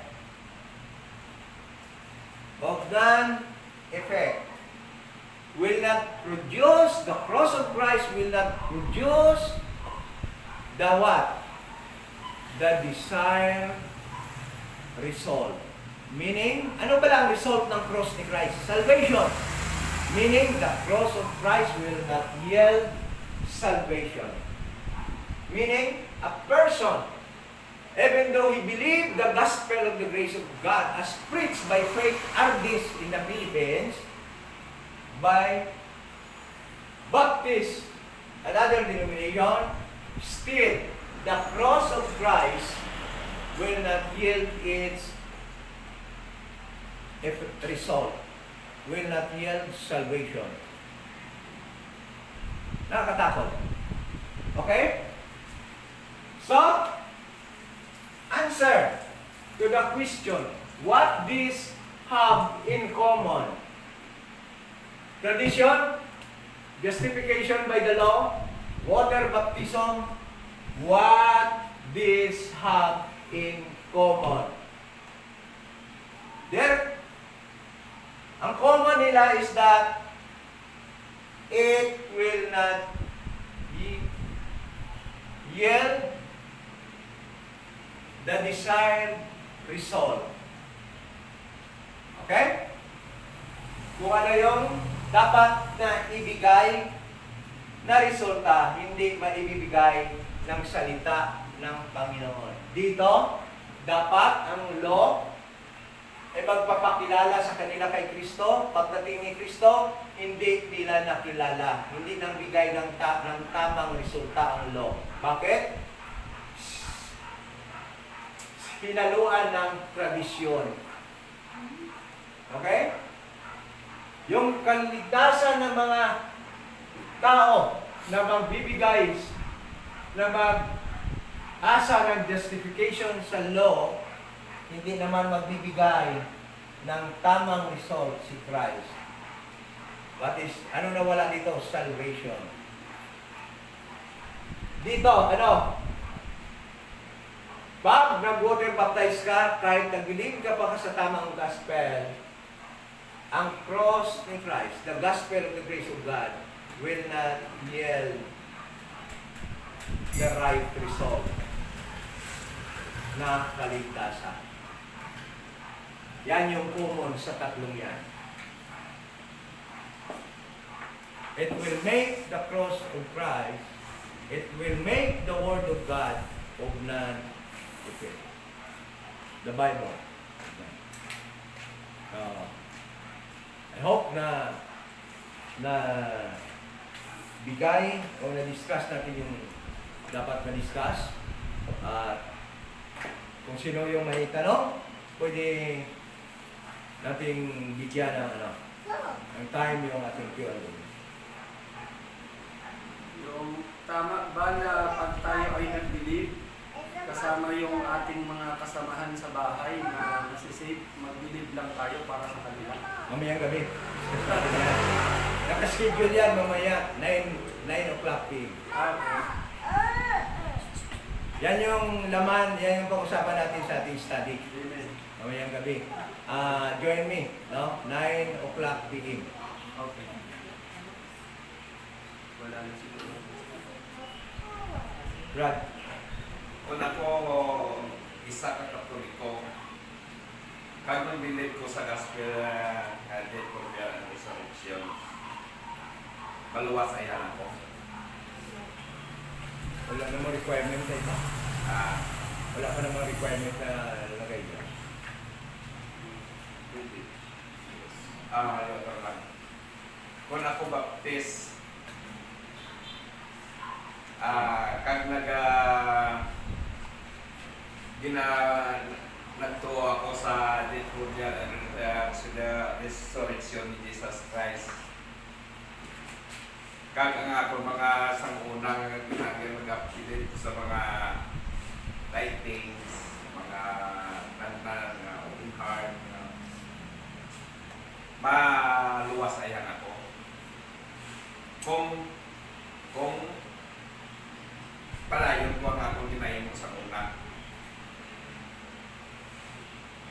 Ang salvation ba, hindi nagadepende sa ginahimo ka. Why na yan, depende na sa ginahimo ni Cristo dito sa Cruz. Ang mukha nilang death, burial, and resurrection. No? So, pero nakaintindi ako na ang totoong ligtas. Halimbawa, sabi mo, kung Katoliko siya. No? Ang totoong malaman mo kaagad yan na nakaintindi. Kasi kailangan mong maintindihan talaga ito. Bakit death, burial, and resurrection. Yung shallow lang na ganito yan eh. O, pwede ka naman magsabi na, oh, naniniwala ako. Naniniwala ako. Pero hindi talaga hindi mo maintindihan. It needs understanding. Kasi hindi ka naman makapaniwala sa hindi mo naintindihan. Iba yung naniwala ka lang, pag sabi sa'yo, okay, naniwala ako, pero hindi mo naintindihan. Amen. Pag hindi mo naintindihan, what is the death of Christ? Ano yon? What is the blood of Christ? What is the cross? What is His resurrection? Pag hindi mo yun naintindihan, I don't believe na ligtas ka. Kahit sabihin mo, naniwala ako. Kailangan you have a clear understanding of what is death, burial, and resurrection. Pero kung sabihin mo lang, oh, naniwala ako, and listen to this. Ha? Pagka naintindihan mo na yan, definitely, you will seek to be edified and grow in the grace of God. Pero kung sabihin na, oh, ano lang ako gihapon, ligtas na ako, pero sabihin mo, dito lang ako gihapon sa Katoliko, dito lang ako gihapon sa Muna. I don't think so, naintindihan mo na yan. Because talagang lalayas ka dyan pagka naintindihan mo na yan. Pero hindi mo na ka-idolize mo ka muna sa. Paano mo na hambal na idolize? Kay sila dire kung sa kwan pa sa Katoliko kay drunk wine and praise the gold and silver, ay hindi. Sila niya, nga kinatuhan mo ang bato, nga sa inyo kung kinalunod ang bato. Yes, tama gani, tama Kaya ka. nagkaaki ang Diyos, nagkaaki na sa... Yes, mo gani, Brad, nga ang tutuod gid diya nga nakaintindi sang gospel sang kaluwasan nga tuo sa death, burial, and resurrection ni Jesus Christ. Na yan yung kaluwasan niya. Mahalin gid siya da. Sa Katoliko, di ba? Kaya ti amo kanin hambal mo insakto lang kaya dula pri na karon inahimo ya kung di sarap mahalin. Tingko sa mga baptist naman, balik dapat na mahalin sila ang ilang paniwala, mahalin sila Yes, na tama. hindi ang ilang pagtuo kuwao na nila. Yes, tama gid. Amo gani na nga wala tagapati yung mga RD sa Manila, RD gid na sila. Kaya nga ga-practice di ako sila baptiso, di ba? Amo na nga wala kalit ka ng fellowship sila. Muna akit sila sa ato. Hindi kaya ang water baptism, doon kaya na different sa mga Hudiyo. Insakto na imo. Hindi dapat na hindi natin dalon ng water. Hindi na gani sa gospel of the grace of God, dili sa dispensation of grace. Di ba kinabanggi na nato isa na lang ang baptism, Holy Spirit na lang. Na Kaya damo nagasiling nga, nagatuo ako, nag-believe ako sa death, burial, and resurrection of Jesus Christ. Pero nagabalik sa tithing, mga water baptism. kaya wala sila kay intindi gani mo na gani lack of understanding kung ano gid na ang dala sa death, burial, and resurrection. Isa pa na, why ka balo sa right dividing. Isa pa na, why kabalo maaari kita sa dispensation of the grace of God, ang may ara kita yung atong ng instruction. Ang What is your, what is this was? Hindi.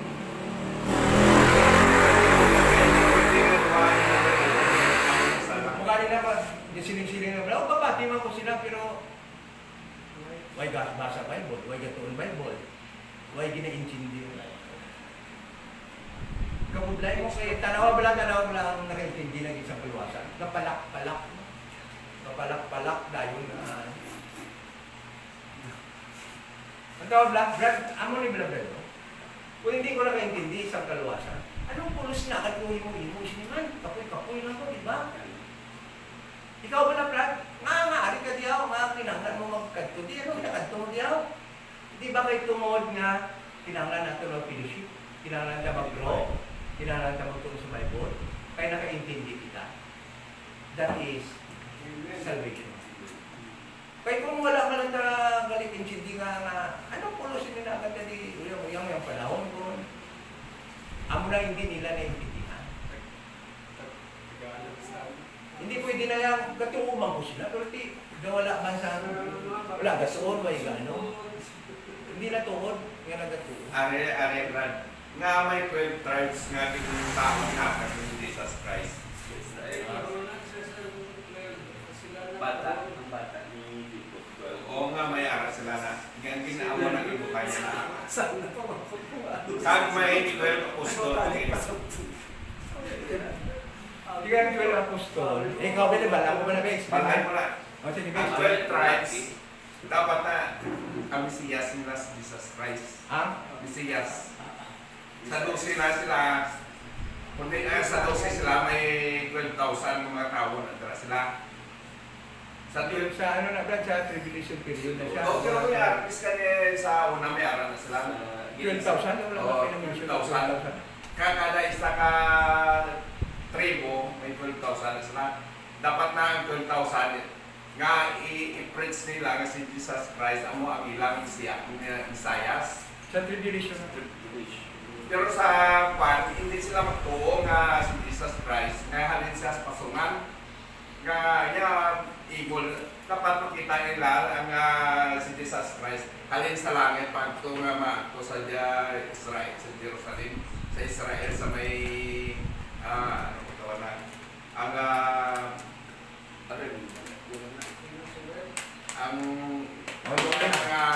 mag-fellowship sa ang ganyan panak di ba ko ang temples ang dapat sa temples kung wala ko naguba sa temples na naog sa bukman. Tribulation. At yung 12 apostol, dapat ang isa ka 12 apostol, dira mabutang ang isa ka 12 tribe, siya ang mawali sa nga si Jesus Christ. Siya ang Mesiya sa mga Hudyo. Kuha hindi. Hindi ang Brad. Hindi. Ang galing. Ang 12 tribes ng Israel, amo na siyang 12 ka bata nga lalaki ni Oo, ano ba sa Latay. Patay na lang. Patay. Ay, hindi pa. Well, Pwede ba eh? Sana Tagalog. Ay, yung 12 tribes, Brad, yan yung nagpo-compose ng nation Israel. Yan yung 12. Yan yung 12 anak ni Jacob. So, sa before pa sa gospel, sa Matthew, Mark, Luke, and John, hindi natin talaga malaman kung bakit 12 talaga. Hindi natin yan mabibigyan ng sagot. Okay? Ay, tinanong mo rin yata yan, di ba? Bakit 12 talaga? Oh? Kung doon lang sa hanggang malakay na libro, hindi natin mabigyan yan ng sagot kung bakit 12. Yung pagdating na sa Matthew, Mark, Luke, and John, nasagot yan, bakit 12? Kasi yung 12 pala, uupo, o bakit may 12 na apostol? Kasi yun yung 12 na yan yung magpo-compose ng nation na magiging king si Christ, at yung 12 apostles ay yung uupo na judge. Yan yung sinasabi mo yata na mag-preach sa 12 tribes. Hindi na sa laglagunan 12 tribes na laglagunan sila kay Wise na buo sa kay Jesus Christ nga ilaw siya. Hindi ba sila laglagon, Brad? I-save galing sila. Sa tribulation galing yung pagdating ni Christ is all Israel will be saved. Hindi na sila laglagon. Sa ages to come yan, nasa ages Temporary na ano sila, temporary na fall sila. Sa Acts chapter 7, hindi sila, the whole nation Israel, hindi lang yung, ayun na nga, yung 12 tribes kasi nagpo-compose ng Israel ay yung 12 tribes. Na-fall nga sila doon sa Acts chapter 7 nung ni-reject nila si Jesus Christ, nung pagwali ni Stephen. Yun ang nangyari doon. So, yung remnant na niniwala sa time ni John the Baptist, naniwala kay Jesus Christ, nagbibigay sa mga apostles ng mga preach nila, yun yung maliligtas. Sa kanila ibibigay yung kingdom. Yun yung 12 apostles na magiging judge sa kingdom ni Christ. Ganun yun. Saan ko nabasa yung Christ? Hindi pwede yung sa ako, dapat may Bible. Hindi ka rin may Bible, pero may ginamasiyan mo. Kung ako rin mayung nasa yung naglupan mo. Delikado yan, Brad, pag lumilipad yung may relasyon. Baka lumako sa taas na puno. Dapat i-base mo sa Bible, Brad, ang study mo. Sa Bible. Para biblical. Hindi naintindihan naman ni Brad Arnold. Naintindihan naman niya, kaya lang medyo na ano lang yung sa ages to come, medyo na i-mix ng konti doon sa para sa naghalo lang pero naunawaan naman niya sana. Kaya Alam yung ibig sabihin niya. medyo nag-mix lang ng konti. Hindi na mix. Kasi para sa ages to come yung ano yung Kanya para sa ages gani. yes, tama. Kaya yun din Ako kabalo magkuha para sa ages to. Yung 12 tribe. Pero wala. Pero yung sabi mo dilaglag yung 12, tama pala yun kasi ang Israel nalaglag. Kaya hindi ba scattered sila? Laging pa scattered. Scattered. Dapat ang pang-scatter nila, pagpalit naman sila ng buo nga damo man pareho sa Egypt nga nagtapos sila lang. Babalik yan sila, Brad, yung regathering nila, hindi yung 1948, hindi yung regathering ng Israel. Yung regathering ng Israel, yung mga gather sa kanila, alam mo kung sino? Angels. Pagbalik ni Christ, the angels will gather them from four corners of the yan yung totoong Israel na i-gather ng angel. Yung Israel ngayon na umuwi yung 1948. hindi rin Posible nga rin ng mga Juda ngayon. Hindi mga Mistizo, mga Palestinian. hindi yan yung remnant na tinatawag. Posible pa nga rin mga Palestinian sa mga blood. Eh, pamangkuton mo sila. Sila ang didiyan na ba sila? Pamangkuton mo sila, Brad. Jewish ka mo, hindi. Palestinian kami. Pamangkuton mo nga Arab. Palisa Panamon, Jewish. Niya, hindi. Arab kami. Okay? Amo na nagakuan ko nga kung Diyos nga. Ang 12 tribes, laglag mo na tanan sila tapos magpili na sa pure ng Jewish. Ang remnant siguro na... Alam mo Brad, walang makakalam mo sino talaga yung Jewish. Kaya yung Kaya actually mo ang helma yes, mag-guide sa kanila, angel. Sino mo pagkukuhan mo sila? Pagkukuhan mo ang Palestinian, hindi sila Hudiyo. Pero ang ginalina nila, Hudiyo. Ang Arab, Hindi galing na kabalo kasi ibang sa ato, no? Di mo. Hudiyo Ako katasan simple. mo. Ayaw mo Posible yung ka ba? sa Israel, no? Nag-scatter sila mo sa... Gatawag lang mga tsura sa mga Tubig, mga sila sa pala Israel, nila. laban mga kanok, tsura. Maputik. Hindi halin na sa kalabanan ng isang mga... Sa Europe. Kalabanan na sila, halin sa Donald Amerika. Trump. Amerikanang nag-agree Sila sila. bro, kabalo sila Basta yun eh. bro. Tapos malaki- Language mo naman yan. Basta dihan. Tapos mananatod. Mga May mas mga kailangan ano may gani subject. British gani namin magmandarin ko sa mamuton sila. Ang Iraqi pa pagkukuhan mo sila, Hudiyo, sila nga hindi mo sila Hudiyo. Yung mga Pero Kung Hudiyo natawag na sila ilan. yung tsura sa mga Hudiyo, eh, tama nga yung sabi niya, baka nga yun. Kaya lang, di natin lang sure. scatter na Yeah. yan, iban wala sila. Could you imagine, anong gidbalang ang mga colors ng tao para sa Middle East? Tagalog yung sabi. Bakit yung mga Jew ngayon, bakit iba yung color nila? Bakit iba? Diba? Kasi yung mga Zionist, no, na dinala doon ng Amerika, ay mga Amerikano nga yun. Eh, yung mga Israel na scatter. Iba-iba Spaniards pa. Hindi to nito. May mga negro lang. Sa Israel, tawag mga army nga mga bayi nga nito. Ang gaganda ng mga army nila na babae. Tama yung sabi nila, magaganda yung mga... Ay, yung mga Zionist na yun, Hindi ko rin dyan kung para mag-gather sila, okay na na, kilala na sila. Kilala. Balana yan sa Ginoo. Oo. Pero kung sila nga dark sa Israel o Dio, kaya hindi ko mga sila nga pure na sila yan. Tama. Tama tama. yung mga nasa Israel. Kailangan Kaya may din-interview to, di pa magkot sa nga Palestinian, Yahudiyo, kaya hindi, Palestinian kami. Pwede pa pamangkot na ng Arabo, Yahudiyo kamo, hindi Arabo kami. Di ko ay kaya ang taga-Israel, sa wala na sila, halo na, hindi na Yahudiyo. kaya makita mo eh. Makita mo sa color ko lang nila eh. Nagtataka ka nga sa Middle East nila tayo niya ilang color din ng mga Diyos ng mundo. Mostly daw Amerikano sila, mga whites, no? Eh, dapat ang yung color na wala ng kasi yung mga color sa mga Iranian, mga actually, alin din na sila yan sa Iraq mo. Yung mga asawa, gani sila ng Pinay, siguro. Yung mga Israel. Away, subong yaw ngayon na problema, kaya pwede magkapakasawa ko sila. Bisan galing sa ano bilang ang may exception sa Christianity dito sa Israel. Kaya bisan galing ang ginahamba nila may itong Jesus, mga kalalay, damadamo gali, hindi na isa. Ariang doubt one. Ariang doubt one. Tagalog sa Since, Tagalog mo. Ito yung doubt ko. Yan yung nangyari dyan. Since nga ang world is being controlled by sino? Satan? The world is being controlled by Satan's lieutenants.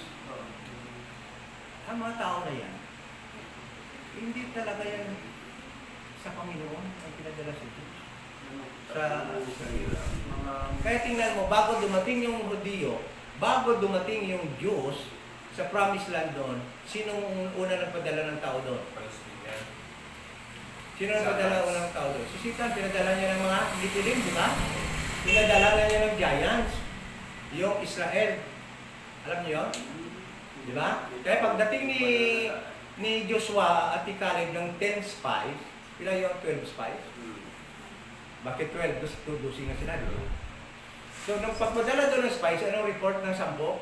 Ang lalaki ng tao doon, para lang tayo grasshopper. Hindi natin kaya yon. Si Joshua lang at si Caleb ang nagsabi, kaya natin yan.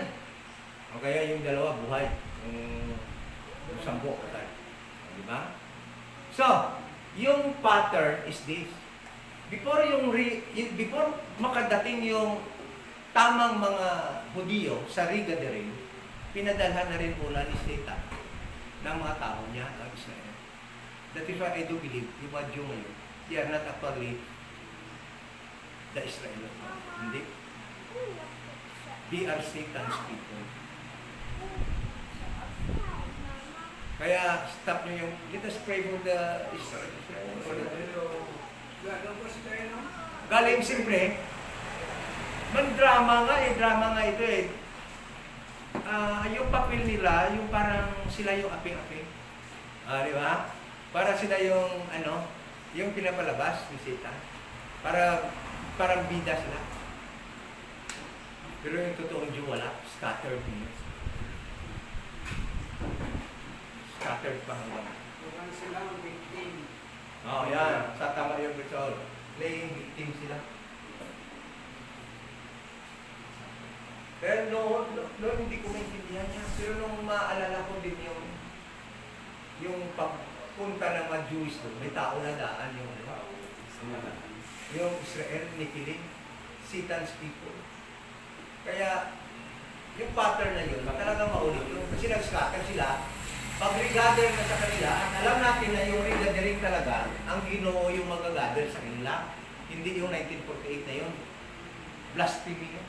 Kasi yung regathering nila is after sa tribulation period, pag hari na ni Jesus Christ sa 1,000 years, yan yung mga tao na pagharian na.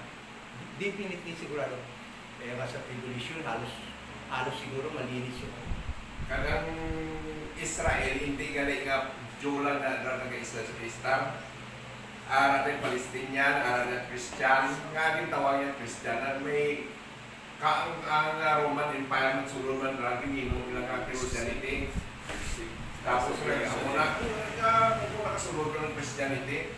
Dapat na sila nga si Kristo, kaya Christian, hindi si kay Kristo Christian. Okay. Jewish na siya. So, yan. Wala tayong actually, meron tayong biblical verses na support yan na wala pa rin yung regathering. Diba? Kasi yung regathering, pagbalik pa ni Christ. Yan yung talagang regathering. So, yung 1948 na pinagmamalaki nila na yun yung regathering, hindi biblical yun. Wala sa Bible. Anyway, ano yan? Ano na pag-aaral yan? Importante sa atin yan is to preach the gospel. Preach the gospel of the grace of God and to contend, to contend, defend the gospel of the grace of God. Against what? Against false doctrine. Yun yung ginagawa ni Satan yan. Gawa ng mga maling doktrina. Ngayon, meron na namang mali. So, dapat i-contend natin yan. Pero yung importante, hindi lang to contend. Please help. Tingnan nyo. Ilan na lang tayo. Di ba?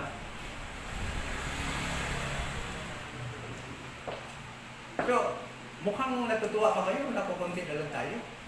Gawin nyo yung parte nyo, huwag nyo na lang tayong, ano na lang, yung parte natin.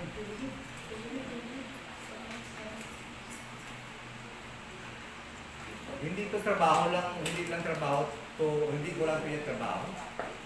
Trabaho nyo rin. Mga taga-iba nga, yung malayong lugar na, nakikitulong ba nga sa atin. O kaya mayroon na tayong magandang gamit sa broadcast natin. Galing sa mga malalayo ito. Meron na tayong printer, makaprint na tayo ng o bibili ako ng laptop para lang magamit yung printer. Nakakaano naman na yung sa malalayo nga tumutulong. Nagpadala ng printer, wala namang laptop, kaya ako nabibili ng laptop para magamit natin.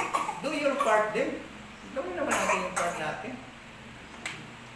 Huwag naman yung sabihin na natin, kay Freddy Marie lang yan, kay Freddy Marie, bahala na lang si Freddy Marie yan. Hindi ganun. Hindi ganun yung work hindi ganun yung work sa ministry. Huwag naman kayong inimikal sa ginagawa natin dito. Huwag nyo kontrahin, huwag nyo palabanin, tulungan nyo. Huwag nyo palabanin nyo para pinakalaban nyo. Yung isang tulong na gawin nyo, Number one, share the gospel. Invite people. Yung... Okay, so let us pray. My Lord, salamat din sa sharing, salamat sa Bible study, salamat sa lesson na aming discuss. Sana po naging maliwanag sa amin yung danger ng mga bagay nito na nakasulat sa Bible, ang tradisyon. Iwasan namin maminggol sa salita ng Panginoon. Iwasan namin yung maniwala kami na ang justification is by the law. At iwasan po namin ang paniwalang mali na kailangan pa ang water baptism. Dahil itong tatlo na to ay pareho lamang na make the word of God of none effect. We pray in Jesus' name. Amen.